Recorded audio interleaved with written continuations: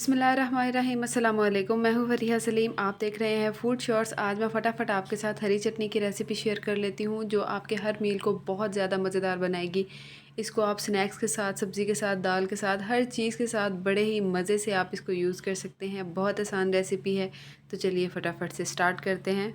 यहाँ पर तकरीबन एक प्याली धनिया और पुदीना की मैंने ब्लेंडर के जग में डाल दी है। आपने इक्वल क्वांटिटी लेनी है। पुदीना आपने बहुत ज़्यादा नहीं करना क्योंकि पुदीने का ज़्यादा टेस्ट जो है वो चटनी को कड़वा कर देगा। ये 50 ग्राम अनारदाना है जिसको मैंने तकरीबन 3 से 4 घंटे भिगो कर रखा है, वो मैं इसमें ऐड करूँगी। इसको भिगोना इसलिए ज़रूरी होता है क्योंकि इससे इसके जो अनारदाने के दाने हैं वो अच्छी तरह से ग्राइंड हो जाते हैं और चटनी के मज़े को किरकिरा नहीं करते। और यहाँ पर कुछ क्लोव्स हैं लहसुन के जिन्हें मैं ऐड करूँगी।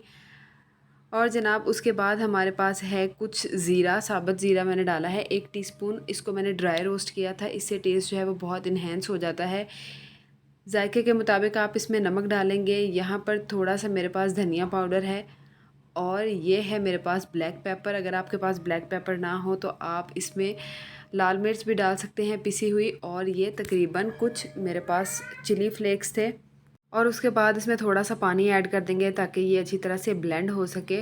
पानी आप अपनी मर्ज़ी के मुताबिक ऐड कर सकते हैं। अगर आपको पतली चटनी चाहिए तो थोड़ा ज़्यादा पानी ऐड कर लें, अगर आपको थिक चाहिए तो कम ही पानी ऐड कीजिएगा।